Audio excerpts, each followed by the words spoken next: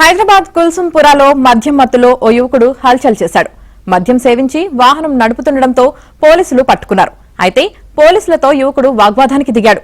యువకుడిని పోలీసులు అదుపులోకి తీసుకున్నారు.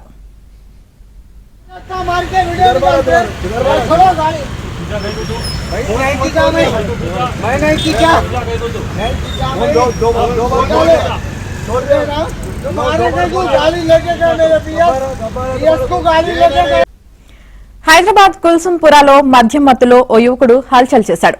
మద్యం సేవించి వాహనం నడుపుతుండటంతో పోలీసులు పట్టుకున్నారు.